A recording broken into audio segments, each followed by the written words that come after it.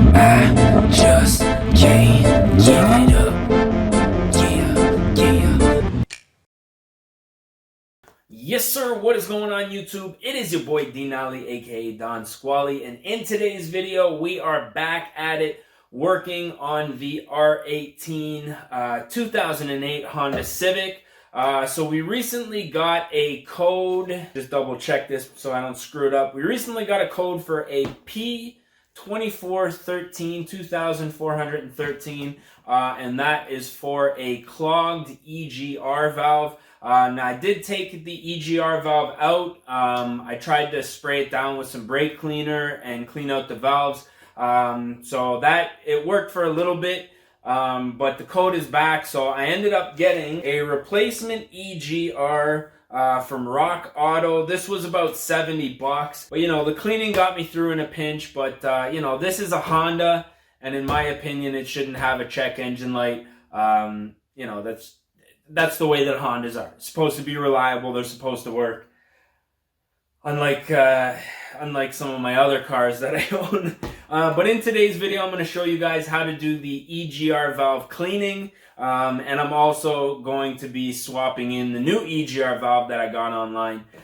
So if you guys are getting that code, P2413 clogged EGR valve, you guys are in the right place. We're going to fix that today. So I'm going to go ahead, pop the hood on this thing, and we're going to get right into it, man. Alrighty, so this is a really simple job.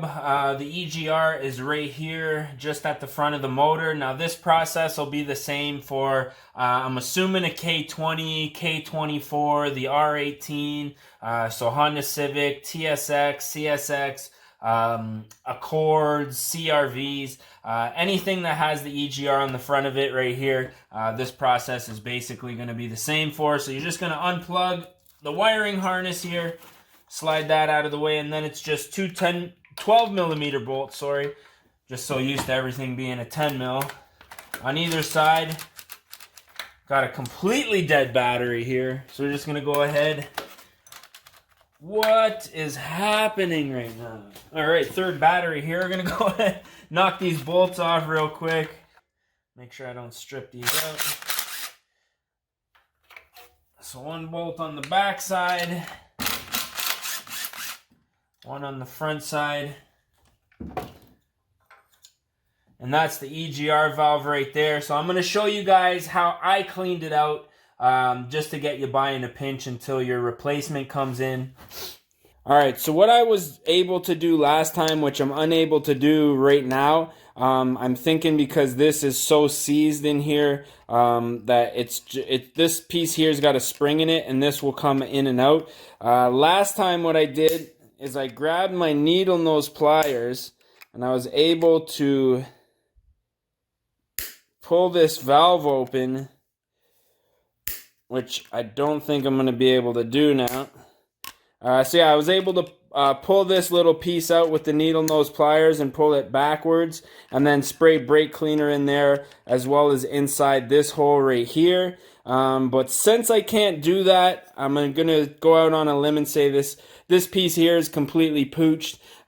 So yeah, good thing I got the replacement here, because I've already sprayed this down probably 2 times. The first time the code went away for like maybe a month, and then the second time I did it, the code stayed, and now I can't even open that for cleaning. So good thing we got the replacement. I'm going to unbox that and throw it on right now. Alrighty, so I guess before we go ahead and throw this on here, came with a new gasket. I don't even think the old one had a gasket. It doesn't even have a gasket on there. And there's no gasket on here, so you can see a little bit of corrosion on the outsides. Are you in the shot? You can see a little bit of corrosion on the outsides here, so I'm going to assume maybe that's why they throw in the gasket to prevent this. Maybe that's got something to do with this getting dirty prematurely. But nonetheless, I'm going to do just a quick comparison side by side, and everything looks good here. Looks like it's the same part. So I guess we'll get our gasket on here. Throw that on there. Throw the new valve on.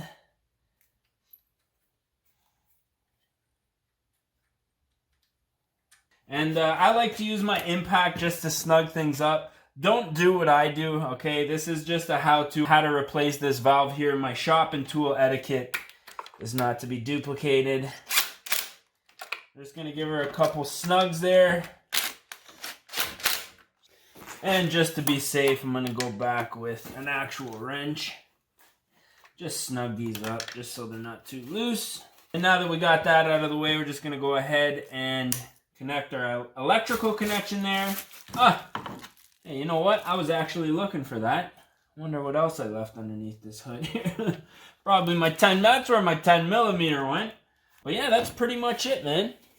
So yeah, something nice and simple. This type of thing is the reason why I love Hondas.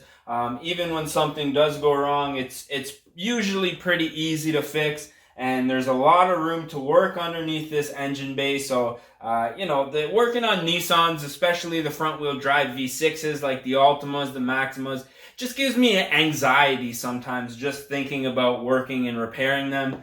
So yeah, it's nice to work on a Honda for a change and have something, you know, a nice simple repair. But yeah, that's pretty much it. I'm just going to go ahead and clear the code on here. I will let you guys know if it comes back. I'll do an update video to let you guys know if this repair worked.